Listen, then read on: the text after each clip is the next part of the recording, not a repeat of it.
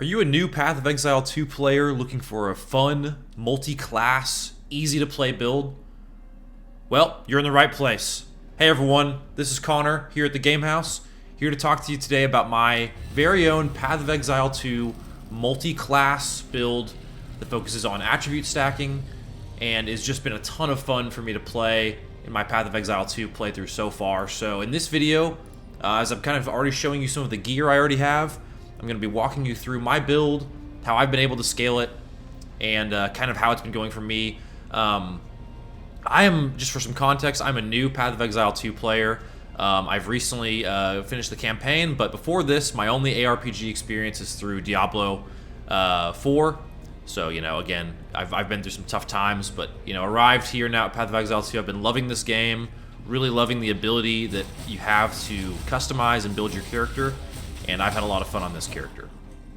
So I want to talk about what exactly I've been doing in this build. So I am a mercenary with a gemling ascendancy, and I am focused on getting my stats to be as high as they can and basically creating almost like a faux monk-like character.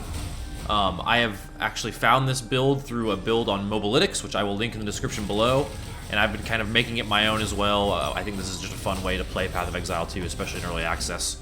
And so as you can see in the gameplay here, this plays a lot like a monk, and this is in early maps. So this is like in my first set of maps, before I even really had Charge Strike up and running. Still kind of very, you know, new understanding of the skill tree. This video was taken a couple weeks ago. And so yeah, my damage is pretty slow here, reliant on Bell to do burst damage, and you can, can really take some time to chunk down enemies. But again, this is about as simple as it gets from a gameplay perspective. You're left-clicking for Ice Strike, you're right-clicking for Bell, and then later in the video when I have Charge Strike up, you're using that. You can use Hand of Chiula as well to apply some nerfs, but again, practically in the earlier stages of maps, I have not been using that build. I showed my gear earlier as well. This is, I would say, the most economy version of the gear post-campaign. I didn't have that many Exalted Orbs to spend, so I was just kind of making it work with the rares that I had and going from there. I wanted to take a second here in the middle of the map to kind of show you what skill gems I was using for this early stage. Again, this is one of my first maps I had done, but these are, if you want to pause at any point in the video to see what any of these do, you can pause over them.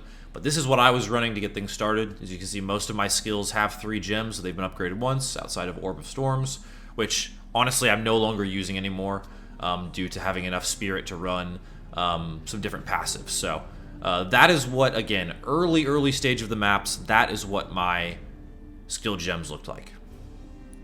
Alright, so now we're back, and this is my build a little bit later where I've made some changes, and I've been able to get some unique items like the Black Sun Crest Wrapped Great Helm that's very good, and some other items there as well. I've also, as you can see here, made some changes to the skill gems. I've added Herald of Thunder here, which has been a massive improvement. And now Charge Strike is online, or Charge Staff is online, rather. And I made some other slight changes as well. Some of these are recommended based on that build I was telling you about in Mobalytics that I'll link in the description. Other changes I just kind of made on my own. But as you can see, this is still very early on in maps. And here we've got to look at the skill tree here, the passive skill tree. As you can see, this build is a lot of fun. You honestly go all over the tree. You cover, like, half the game's classes here. It's pretty funny. But the focus of this is to get as many gems as you can. Resonance is the way I'm highlighting right there that you activate Charge Staff. Okay, you're getting as many gems as you can, as many attribute points, and those things are really going to help you scale. So now you can see Charge Staff gets activated whenever you freeze an enemy, and then you can kind of just rip through from there. Also using the skill tree node that removes mana and has my spells come from my health. So health and health regen just become that much more important in this build.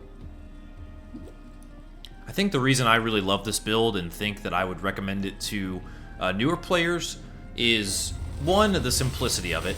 The gameplay style is very simple. Again, you're left-clicking and right-clicking. It's about as easy as it gets from a gameplay loop perspective. You're not trying to pull off skill shots.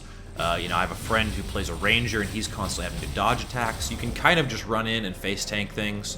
The only things that can be difficult are when you get to the trials, because those rely on you not getting hit, and this is a melee class, and that just becomes more problematic.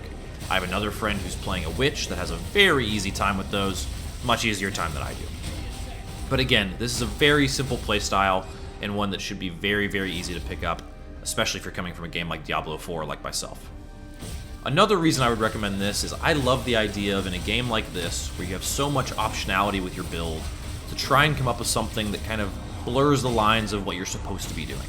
So with a mercenary, you're supposed to be, quote-unquote, using a crossbow, maybe doing grenades, things like that.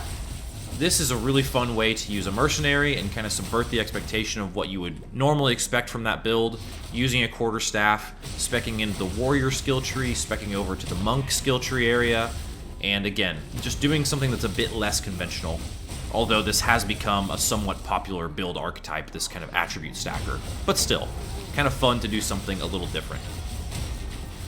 And then 3, honestly, I recommend this build just because it is a very strong build, and one that can be built a lot of different ways. There are some uniques you can get for this build that are absolutely expensive and will make you a lot stronger, but you can get into a fair bit of the endgame with just good rare items that you're rolling yourself or buying on the trade site, or getting just throughout your time playing the game. One other thing that the Mobalytics guide that I used referenced was just getting some cheap uniques to kind of get through the campaign. And that's something that I had a lot of success with, was picking up a few things just to kind of get your character going. In my opinion, Act 1 is by far the most challenging part of this game until you get into some later maps, and those early uniques can help especially a newer player to get through that initial time. All in all though, I have had a lot of fun with this build. It has been constantly fun to play, constantly challenging, but also very rewarding, and I highly recommend it whether you're a newer Path of Exile 2 player or whether you are a veteran to the franchise. This is, to me, a very fun build. But that's all we've got for you all. So again, this is our first Path of Exile 2 piece of content from the Game House. If you enjoyed this content, if you have any other suggestions for me, I love this game. I will be playing it much, much more and plan on making more content if that's what you all want to see. Just let me know the kinds of things you may want to see as far as content goes, and we will be sure and prioritize those and push those out. So, from our house to yours, we'll see you next time.